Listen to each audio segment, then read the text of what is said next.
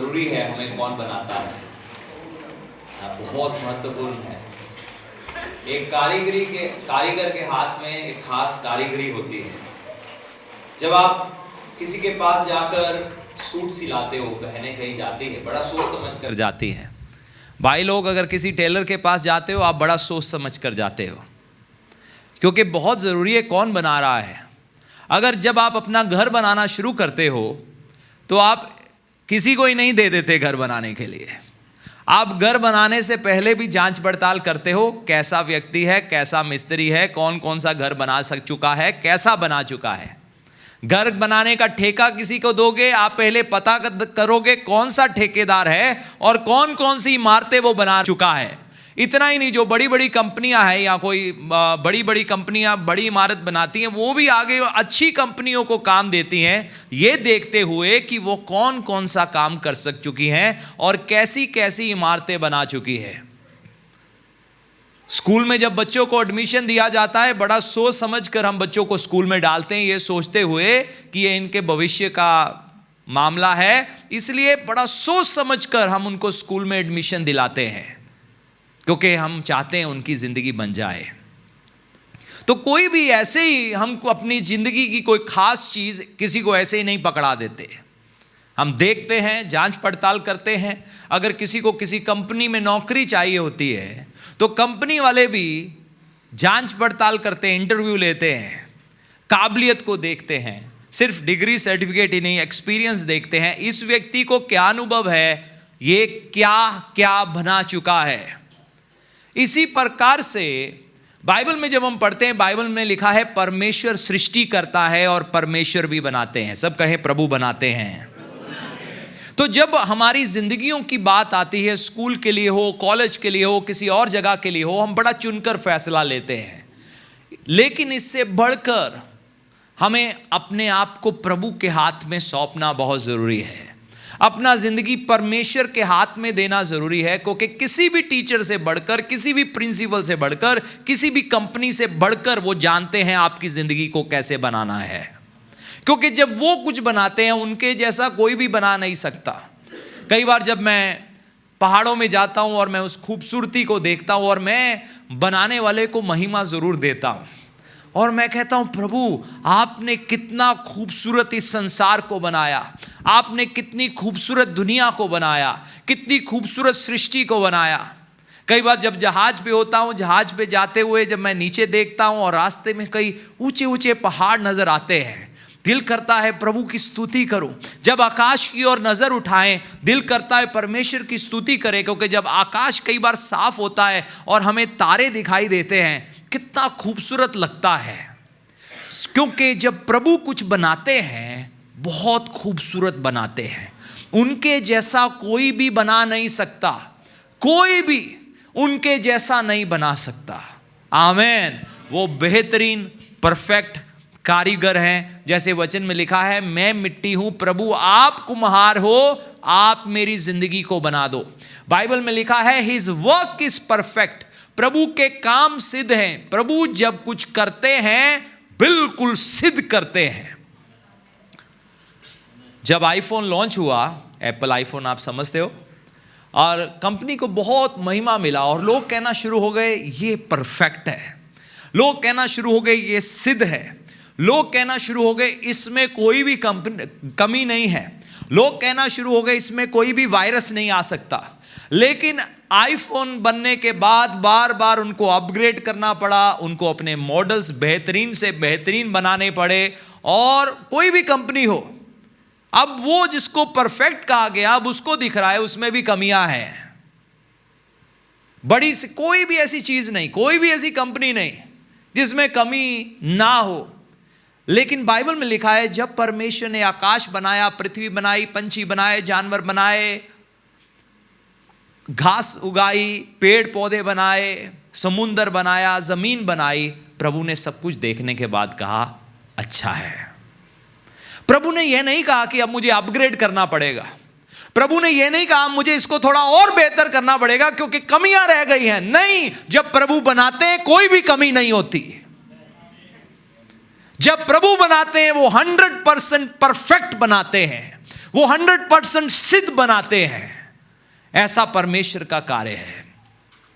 इसीलिए उन्होंने कहा बहुत बढ़िया है। और जब परमेश्वर ने मनुष्य को बनाना था, बाइबल में लिखा है उसको अपने स्वरूप और समानता में बनाया, यानी कि आदम जब बना था वो बिल्कुल परफेक्ट था, बिल्कुल सिद्ध था। उसकी जिंदगी में कोई भी कमी नहीं थी, बिल्कुल सिद्ध, परफेक्ट, प्रभु की महिमा को दिखाता था, प्रभु की पवित्रता ही उसके अंदर थी, सच्चाई उसके अंदर थी, परमेश्वर की सामर्थ्य उसके अंदर थी, सब कुछ था, बुद्धि थी, इंटेलिजेंस थी। इसीलिए इतने सारे जानवरों के नाम वो उसने खुद रखे। बाइबल में लिखा है कि परमेश्वर सब जानवरों को आदम के पास लाए, आदम से कहा तू इनके नाम रख, और आदमी ने नाम रखे। और इसीलिए परमेश्वर ने जब उसको सिद्ध बनाया, इसीलिए आदमी को इतनी बड़ी पृथ्वी के ऊपर अधिकार दे दिया और कहा इसकी बागडोर अब तेरे हाथ में है, तेरे फैसलों पर निर्भर करता है ये दुनिया कैसे बनेगी, तेरे फैसलों पर निर्भर करता है तेरा परिवार का माहौल क्या होगा, तेरे फैसले पर निर्भर करता है तेरे शादीशुदा जिंदगी का माहौल क्या होगा। क्योंकि कुछ चीजें ऐसी हैं जो परमेश्वर ने पूरी तरह से मनुष्य के हाथों में सौंप रखी है, लेकिन प्रभु हमारे मददगार बनते हुए हमारी सहायता करना चाहते हैं ताकि हम सिद्ध फैसले ले सके, सिद्धता से परिवार को चला सके, सिद्धता से परिवार को बना सके, सिद्धता से कलीसिया को बना सके, सिद्धता से अपने कारोबार को बना सके। आमीन। लेकिन जब परमेश्वर ने मनुष्य को बनाया, आदम को बनाया, बाइबल में लिखा है बाद में उसका स्वरूप बिगड़ गया, इंसान का स्वरूप बिगड़ गया, स्वभाव बिगड़ गया, उसका चाल चलन बिगड़ गया, उसकी बोली बिगड़ गई। कल ही हमारे पास्टर विल्सन किसी घर में गए वो प्रचार करने के लिए। वो नया नया परिवार है, कलीसिया में गुरदासपुर में आना शुरू हुआ, तो वहाँ पर एक व्यक्ति आ गए और जो भी बात वो प्रभु के वचनों से वहाँ पर कर रहे थे, तो जो लोग व्यक्ति वहाँ आए थे वो हर चीज़ को काटने की कोशिश कर रहे थे, है ना, नहीं नहीं हमारे ऐसा है, हमारे वैसा है, तो हर चीज़ को काटने की कोशिश कर रहे थे। उन्होंने आखिर में एक बात कही, उन्होंने आखिर में कहा 2007 में यीशु मसीह ने मेरी जिंदगी बदल दी। अब उनके पास इस बात का कोई जवाब नहीं था।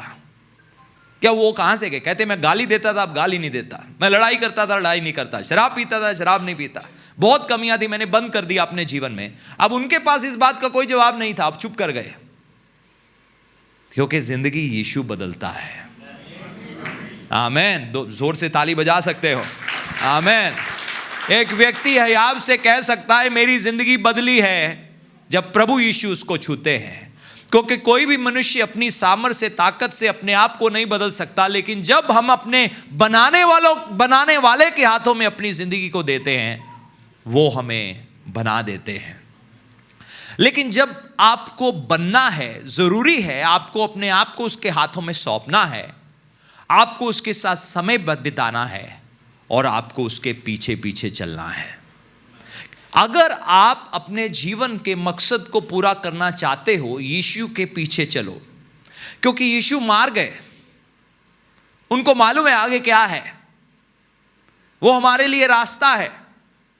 जरूरी है हम यीशु के पीछे चले, यीशु के वचन के मुताबिक जीवन जिए, पवित्र आत्मा की अगुवाई के अनुसार अपना जीवन दिए। देखो परमेश्वर की खूबसूरती देखो, प्रभु ने हमें जिंदगी जीने के लिए अपना वचन भी दिया है, लेकिन जिंदगी के रोजमर्रा के निर्णय में, डिसीजंस में मदद करने के लिए पवित्र आत्मा भी दिया है। आमीन। देखो प्रभु की खूबसूरती देखो। अब सिर्फ इतना ही नहीं है कि प्रभु ठीक है आपने अब्राहम को कहा निकल पड़, तो मैं कहाँ निकलूं, मैं क्या करूं, है ना। कई ऐसे फैसले होते हैं जो हम सीधा परफेक्टली, है तो वचन परफेक्ट, लेकिन सीधा हमारी जिंदगी से कई चीजें, प्रभु ये करूं कि वो करूं, है ना, ये काम करूं कि वो काम करूं, ये नौकरी करूं या वो नौकरी करूं, ये डिग्री लूं या वो डिग्री लूं। मैं एक समय मेरे ख्याल से 1.5 साल पहले अपने बेटे के बारे में सोच रहा था, जब ये +2 कर लेगा इसको क्या करवाना है, शायद 10th की बात है। और मैं सोच रहा था, पत्नी से भी डिस्कस कर रहा हूँ, बेटे से भी कर रहा हूँ, तू क्या करना चाहता है, तेरा क्या इंटरेस्ट है, सब बातें चल रही। वो उसका भी कोई ऐसा डिसीजन नहीं था, आप बताओ क्या करना है मैं कर लूंगा। सो उसका भी कोई फैसला नहीं, पत्नी का भी मेरी समझ में भी कुछ नहीं आ रहा। और एकदम से जब मैं अपने बेड पर जाकर अभी बैठा हूं, मुझे एक आवाज आई और परमेश्वर ने मुझे बताया इसको ये कोर्स करवा। देखो प्रभु हमारे से बात करते हैं। जब हमारी समझ में कुछ नहीं आता, प्रभु जानते हैं। हमारे लिए वचन भी है ताकि हम अपनी जिंदगी को इसको बेसिक प्रिंसिपल लेकर अपनी लाइफ का चल सके। लेकिन उसके बावजूद परमेश्वर ने हमें अपना आत्मा भी दिया है जो हमारे रोजमर्रा की जिंदगी में हमारी अगुवाई करता है, ताकि हम अपनी जिंदगी में वो कर पाएं जो परमेश्वर चाहते हैं। आमीन। यीशु ने इसीलिए कहा मैं तुम्हें अनाथ ना छोड़ूंगा। यीशु ने अपना वचन ही हमें नहीं दिया, यीशु ने हमें पवित्र आत्मा भी दिया ताकि वो हमारी अगुवाई कर सके। जब प्रभु यीशु मसीह संसार में थे, जहां कहीं यीशु जाते थे चेले भी साथ जाते थे। फैसला यीशु का था। कहीं भेजना होता था, यीशु कहते थे किश्ती से पार चले जाओ, यहां चेले यीशु के साथ। यीशु कहते थे चलो हम अभी इस नगर में जाएंगे, ठीक है यीशु इस नगर में चलो। यीशु कहते थे उस नगर में जाएंगे, वो कहते थे उस नगर में चलो। उनको अगुवाई मिलता था क्योंकि यीशु उनके साथ थे। लेकिन जब यीशु उठाए गए, पवित्र आत्मा हमें मिला, और अब पवित्र आत्मा की अगुवाई के द्वारा आप अपनी जिंदगी के हर फैसले में लीडर होकर बढ़ सकते हो, प्रभु पर विश्वास रखते हुए। आमीन। वो आपकी सहायता करेंगे। हम जब बाइबल में पढ़ते हैं मत्ती रचित सुसमाचार उसका 4 अध्याय, मैथ्यू चैप्टर 4 एंड वर्स 19।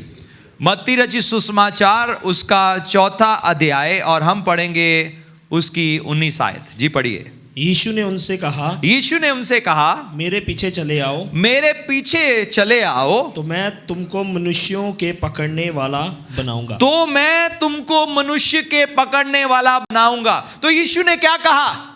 यीशु ने कहा मेरे पीछे चले आओ तो मैं तुम्हें मनुष्य को पकड़ने वाला बनाऊंगा। देखो, अगर हम यीशु के पीछे चलेंगे, जो पहला काम हमारी जिंदगी में होगा वो हमें बोझ देंगे, दिल देंगे, सामर्थ देंगे, आत्मा का वरदान देंगे ताकि दुनिया को हम बचा सके। एक व्यक्ति, एक विश्वासी अगर उसके अंदर बोझ नहीं है ना, चाहत नहीं है ना कि लोग बच जाए, इसका अर्थ है वो यीशु के पीछे नहीं चल रहा। और अगर आपके अंदर आप कहते हो हम यीशु के पीछे चल रहे हैं, तो आप जरूर निश्चय है कि आप प्रभु के लिए कुछ ना कुछ कर रहे होगे। अब सवाल यह है हम प्रभु के लिए क्या कर रहे हैं? हम किस रीति से मनुष्य तक पकड़ रहे हैं? क्या लोगों को हम यीशु के बारे में बता रहे हैं? क्या हम बीमारों के लिए प्रार्थना कर रहे हैं? क्या हम बोझ रखते हैं जो लोग कलीसिया में नहीं आए और हमारी जान पहचान में हम उनको फोन करके कह सके तुम क्यों नहीं आए? अगर कोई संडे को चर्च में छुट्टी मारता है, क्या हम उसको फोन करके बाद में कहते भाई आज तुम चर्च क्यों नहीं आए? ये सिर्फ जिम्मेवारी एक पास्टर की नहीं होती, लेकिन ये कलीसिया के लोगों की है। हम उनको फोन करके पूछे तुम आज क्यों नहीं आए, क्योंकि आज प्रभु ने हमें टाइम दिया हुआ था। किसने टाइम दिया हुआ था? कितने लोग ये विश्वास करते हैं संडे मीटिंग प्रभु की अगुवाई से होती है? कितने लोग विश्वास करते हैं मेरी मर्जी नहीं, ये प्रभु की मर्जी है हम यहां पर आए हैं? अगर प्रभु की मर्जी, इसका अर्थ है प्रभु ने हम सबको यहां पर टाइम दे रखा है। प्रभु ने हमारे लिए अपॉइंटमेंट हर संडे का फिक्स किया हुआ है, और जब प्रभु ने हमारे साथ इस अपॉइंटमेंट को फिक्स किया हुआ है, हम इसको कैंसिल ना करें। आमीन। इसलिए जब ऑलरेडी अपॉइंटमेंट फिक्स है, जब तक हम इस संसार में हैं तब तक के लिए, तो हम इस अपॉइंटमेंट के बीच में कोई और अपॉइंटमेंट ना बनाएं। बहुत महत्वपूर्ण है, बहुत जरूरी है। पड़ोसी से कहो संडे को कोई और अपॉइंटमेंट ना बनाओ, है ना? क्योंकि कई बार क्या होता है, एक संडे कुछ लोग आए और फिर अगले संडे दूसरे आए, जो पहले संडे आए थे वो गायब हो गए, दूसरे संडे वाले आए। ये अच्छा नहीं है, ये हमारी बेहतरी के लिए। स्कूल में भी जब हम जाते हैं छुट्टी नहीं मारने देते ऐसे ही, है ना? बड़ा स्ट्रॉन्ग रीजन चाहिए, इसीलिए एप्लीकेशन लिख के दो। थोड़ी कहीं छुट्टी नहीं मारने देते। क्या कारण है? क्योंकि हम पीछे रह जाएंगे, क्योंकि परमेश्वर ने हमारे लिए कुछ रखा हुआ है जिसे हम गवा देंगे। हम उस आग को बुझाना नहीं चाहते। उस आग जो हमारे दिलों में जल रही है वो हर हफ्ते बढ़ती रहनी चाहिए। आमीन। तो यीशु ने कहा जब तुम मेरे पीछे चलोगे तुम मनुष्य को पकड़ने वाले बनोगे। अब सवाल यह है क्या हम क्या करते हैं इस काम को करने के लिए? क्या हम कलीसिया के कामों में सहयोग देते हैं? क्या हम दशमाशों में विश्वास योग्य हैं? क्या हम दूसरों को प्रभु के वचन का प्रचार करते हैं? क्या हम दूसरों को कलीसिया में लाते हैं? अगर नहीं लाते तो यीशु आपको बनाएंगे। यीशु को जीवन देने से पहले मैं एक ही चीज़ सोचता था अपनी ज़िंदगी के बारे में, मैं, मेरा घर, मेरा परिवार, मेरा सब कुछ।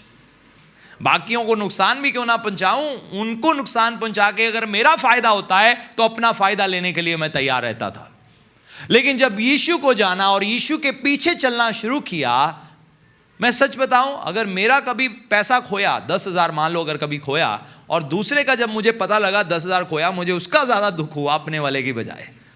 तो कहीं ना कहीं शायद मेरे अंदर ये विश्वास था कोई बात नहीं प्रभु है, और मैं भी दूसरे के लिए नहीं था, लेकिन प्रभु ने दूसरे व्यक्ति के लिए मेरे दिल में ज़्यादा दर्द डाला, जबकि हो सकता है मेरा भी कुछ खो गया हो। प्रभु ऐसे हमारी ज़िंदगी को बदलते हैं जब हम दूसरों के लिए अपने दिल में कंपैशन रखना शुरू कर देते हैं, हम तरस रखना शुरू कर देते हैं। बाइबल में हम पढ़ते हैं प्रभु के लोगों ने बड़े दुख उठाए दूसरों तक वचन पहुंचाने के लिए, लेकिन वो दुख उठाने से डरे नहीं, उन्होंने अपना मुंह बंद नहीं किया। ऐसे ही हम अपने पूरे हफ्ते को ना गुजार दें। हमारी जिम्मेवारी बनती है जो हमने सीखा है दूसरों को भी सिखाएं। हमारी जिम्मेवारी बनती है जो प्रभु के वचन से पढ़ाए दूसरों को भी पढ़ाएं। लेकिन अगर वो पढ़ने को तैयार नहीं, सुनने को तैयार नहीं, तो अपनी जिंदगी से दिखा दो, काम हो जाएगा।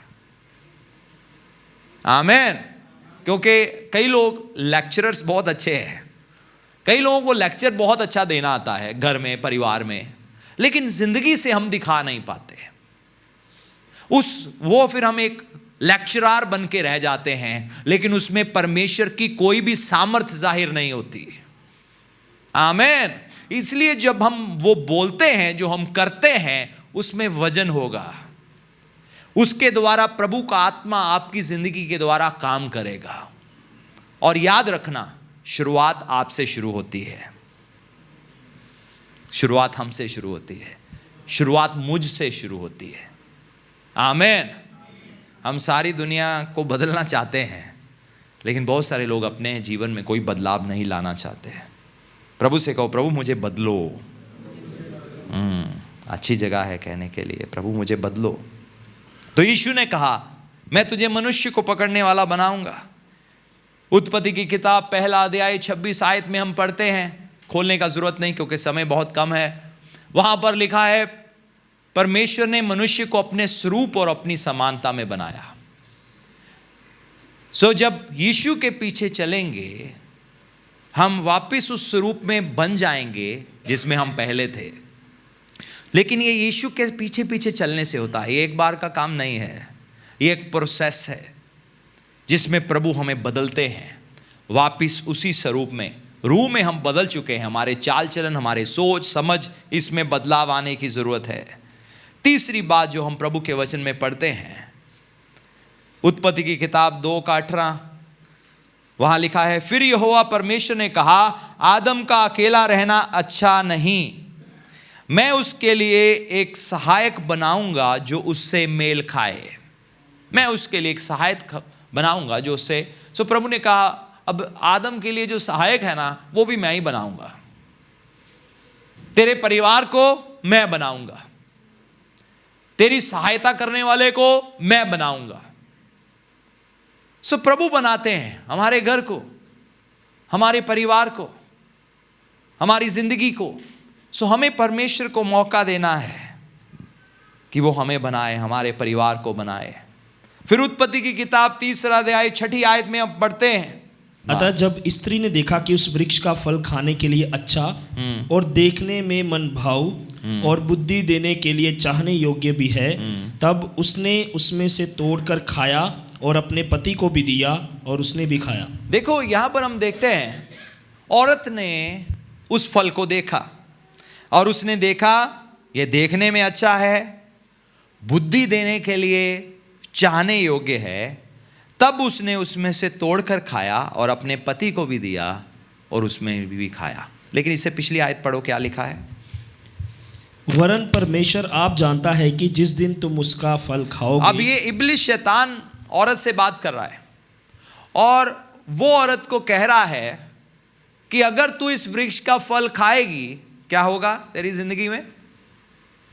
तुम्हारी आंखें खुल जाएंगी तुम्हारी आंखें खुल जाएंगी और तुम भले बुरे का ज्ञान पाकर परमेश्वर के तुल्य हो जाओगे। भले बुरे का ज्ञान पाकर परमेश्वर के तुल्य हो जाएगी। किसकी तरह हो जाएगी? परमेश्वर की तरह। लेकिन उत्पत्ति की किताब पहला अध्याय 26 आयत में लिखा है वो पहले ही परमेश्वर की तरह थी। आदम पहले ही परमेश्वर की तरह था। लेकिन यहां पर हम देखते हैं इंसान शैतान के धोखे में फंस गया। आज बाइबल में लिखा है कि प्रभु यीशु मसीह को जब हम जीवन देते हैं हम नई सृष्टि बन जाते हैं। सो अगर प्रभु ने कहा नई सृष्टि है तो नई सृष्टि है। लेकिन इसके बावजूद भी कई बार हम अपनी जिंदगी में परमेश्वर के वचनों के साथ सहमत नहीं होते। हमारे लिए जरूरी है जो प्रभु कहते हैं उसमें सहमत हो। और यहां पर हम देखते हैं मनुष्य की कोशिश अपने आप को बनाने की। आज दुनिया में धर्म क्या सिखाता है? धर्म मनुष्य को सिखाता है तुम अपने आप को बदलो। कैसे बदलो? रीति रिवाज करके। मुझे बताओ कोई रीति रिवाज करके बदल सकता है? कोई रात को 2 बजे स्नान करे क्या वो जिंदगी बदल जाएगा? नहीं बदलेगा। अगर कोई व्यक्ति पैदल एक लंबी यात्रा पर चला जाए उसकी जिंदगी बदल सकती है? कोई व्यक्ति जंगल में जाकर बैठ जाए, जंगल में जाने से जिंदगी बदलती है? कुछ लोग सोचते हैं। मुझे लगता है उन लोगों को थोड़े जंगली लोगों से मिलाने की जरूरत है, क्योंकि कहीं कहीं दुनिया में ऐसे जंगल भी है इंसान को भी पकड़ के खा जाते हैं। तो किसने कहा है जंगल में जाने से जिंदगी बदल जाती है? प्रभु बदलते हैं।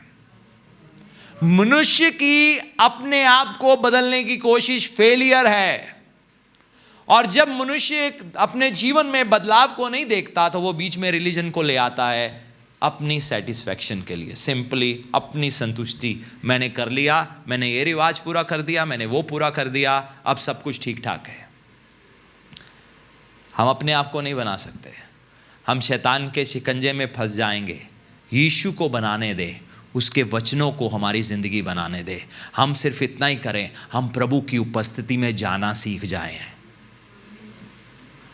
क्या करना है? यीशु की उपस्थिति में जाना सीखना है, कलीसिया में जाना सीखना है, रोज प्रभु के साथ निजी समय बिताना सीखना है। उत्पत्ति की किताब 11वां अध्याय और 4थी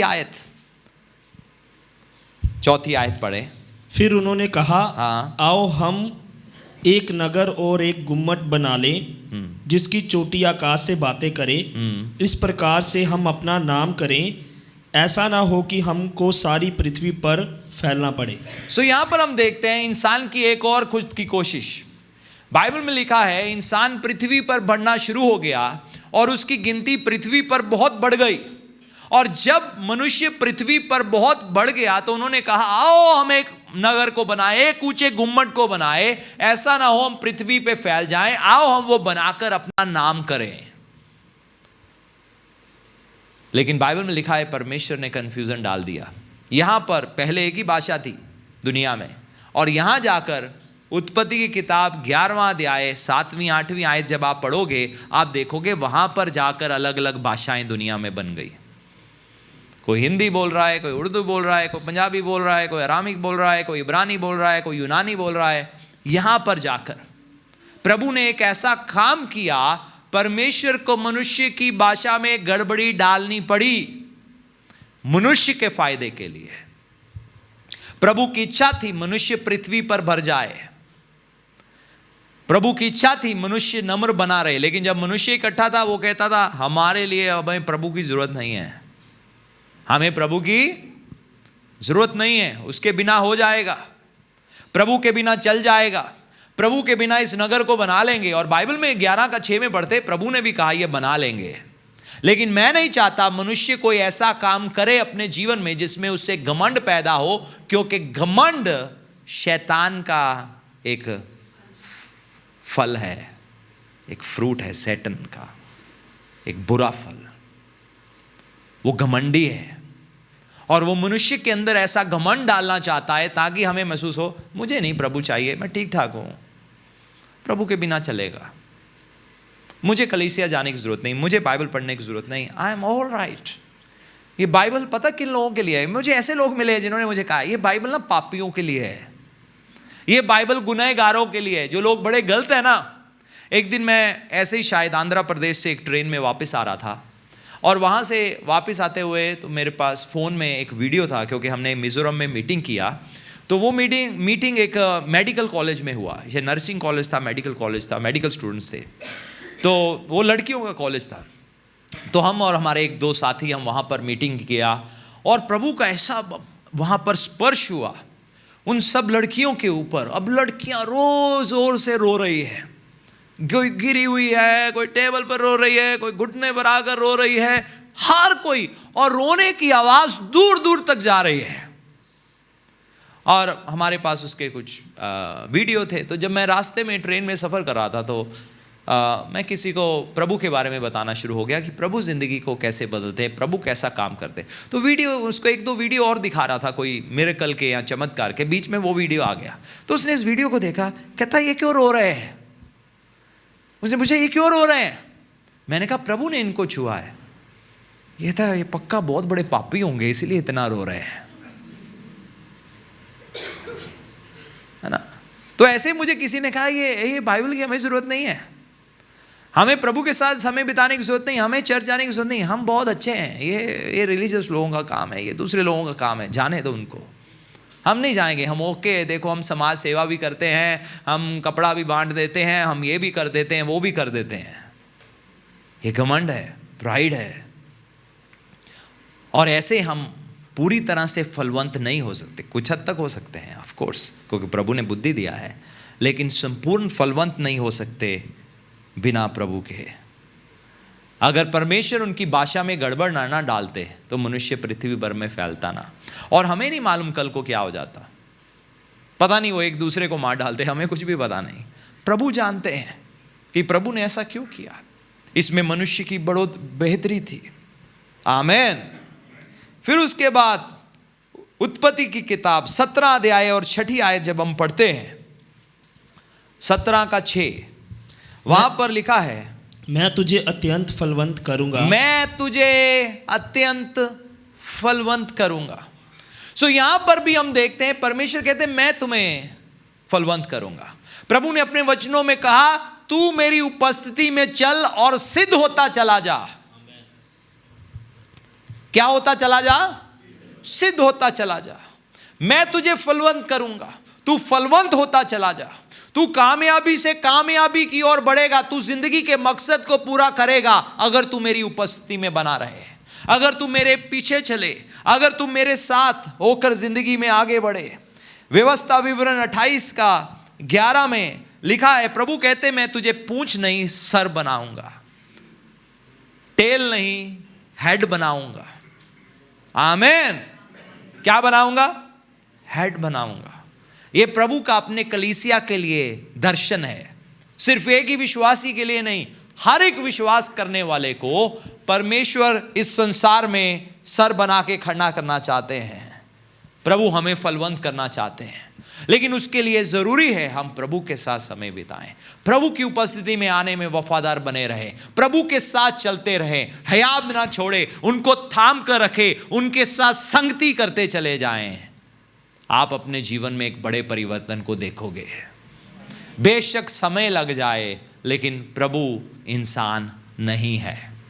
परमेश्वर ने अपने वचन में कहा ना, मैं मनुष्य नहीं हूं, इसलिए मुझे मनुष्य की कैटेगरी में मत डालो। प्रभु कैसे करोगे, कैसे होगा, मुझे नहीं लगता मेरे लिए करोगे। अरे प्रभु ने कर दिया, आप सिंपली विश्वास, नहीं मेरी जिंदगी में अभी भी कमी है, कोई प्रॉब्लम नहीं, आप प्रभु की उपस्थिति में चलते जाओ, आप सिद्ध होते चले जाओगे, लेकिन प्रभु अपना काम आपके जीवन में जरूर करेंगे, क्योंकि प्रभु विश्वास योग्य है। सब कहें प्रभु विश्वास योग्य है।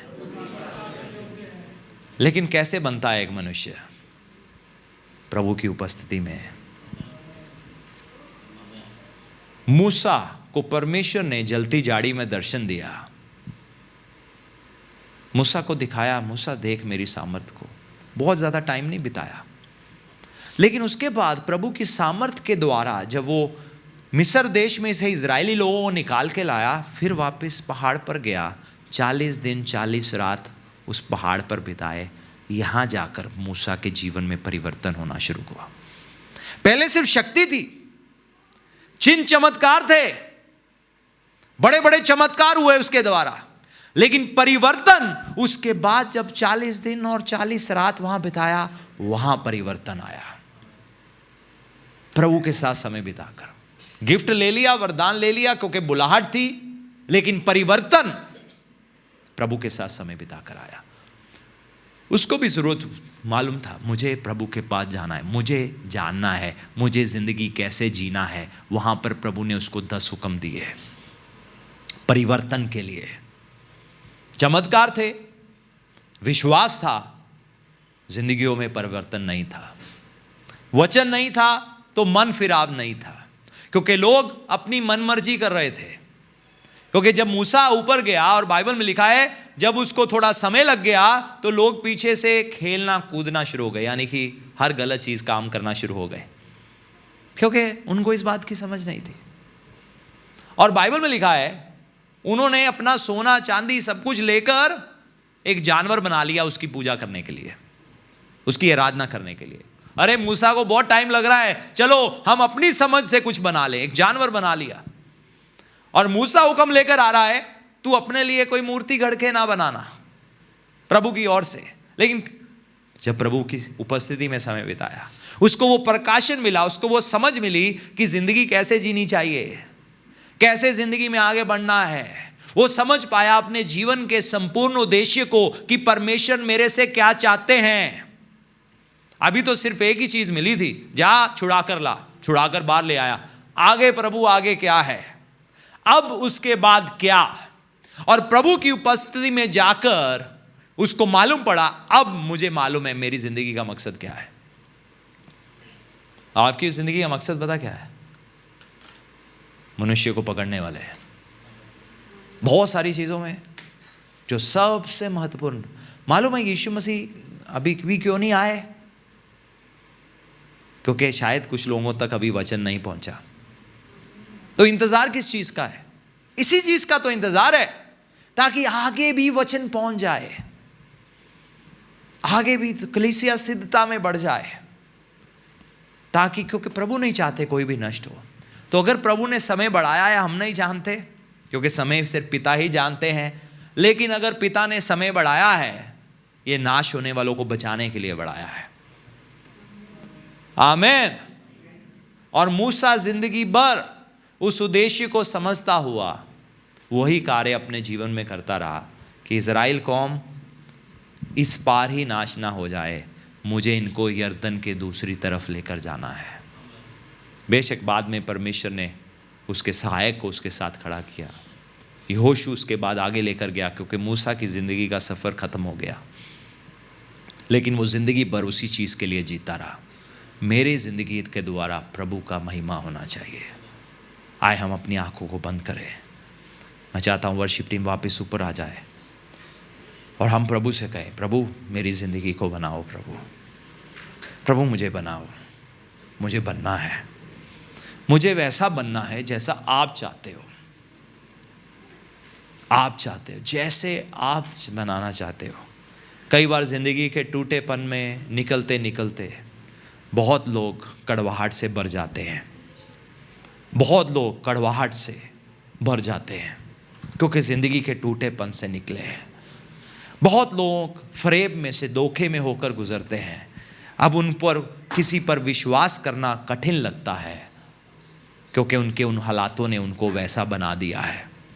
बहुत लोगों की सोच नेगेटिव हो जाती है, उसका कारण यह है कि उनके ज़िंदगी के हालातों ने उनको बना दिया है। हम आज जो भी हैं, यहाँ तो हम प्रभु के कारण हैं, यहाँ जो हमारे हालात थे, यहाँ जिन जिन बातों से हम होकर गुजरे ज़िंदगी में, उन बातों ने हमें बना दिया है। लेकिन आज हम अपनी ज़िंदगियों को परमेश्वर के हाथों में सौंपें, परमेश्वर के हाथों में सौंपें, प्रभु के आगे अपनी ज़िंदगियों को समर्पित करें और हम प्रभु से कहें, प्रभु आप मुझे बनाओ, आप मुझे चलना सिखाओ जैसा आप चाहते हो। मैं वैसे चलूं, वैसे जीऊं जैसे आप चाहते हो। मैं वो बोलूं जो आप चाहते हो। मैं वो बन जाऊं जो आप मुझे बनाना चाहते हो। प्रभु मेरी जिंदगी को परिवर्तित करो। प्रार्थना में जाएं, प्रार्थना में जाएं, प्रार्थना में जाएं। प्रभु मेरी जिंदगी को बदलो, प्रभु मेरी जिंदगी को बदलो, मेरे जीवन को बदलो प्रभु, मेरे जीवन को बदलो। कुछ समय मैं चाहता हूं आपकी आवाज सुनना चाहता हूं। हर कोई आंखें बंद करे, अपने सिरों को झुकाए, प्रभु से कहे, पवित्र आत्मा का स्वागत करे। प्रभु से कहे, प्रभु मैं यहां हूं, प्रभु मैं यहां हूं, मेरी जिंदगी को बनाओ, मेरी जिंदगी को रच दो प्रभु, मेरी जिंदगी में कार्य करो। मेरे जिंदगी में से हर सुस्ती को, हर परेशानी को, हर चीज को, हर वो चीज जो आपकी ओर से नहीं है वो हटा दो प्रभु। हर कमजोरी को हटा दो प्रभु। और आज आपकी उपस्थिति में मैं हूं प्रभु, मुझे सिद्धता से सिद्धता की ओर बढ़ाएं, मुझे सिद्ध बनाए प्रभु, मुझे सिद्ध बनाए प्रभु, मुझे सिद्धता में जीना चलाएं सिखाएं प्रभु, मुझे सही सोचना सिखाएं प्रभु, मुझे सही फैसला लेना सिखाएं प्रभु, मुझे सही बोलना सिखाएं Yeshu. Hallelujah, hallelujah, hallelujah, we worship you Jesus. Hallelujah, hallelujah, hallelujah, hallelujah. प्रभु जी, पिता आप अपना कार्य करें इन जिंदगियों में, अपने लोगों के जीवन में कार्य करें यीशु के नाम से। प्रभु इनको स्पर्श करें प्रभु, इन जिंदगियों को छू दे।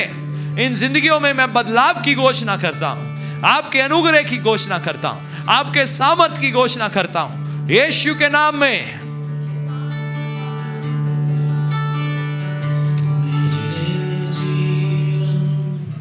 मैं तेरी यीशु जरूरत है,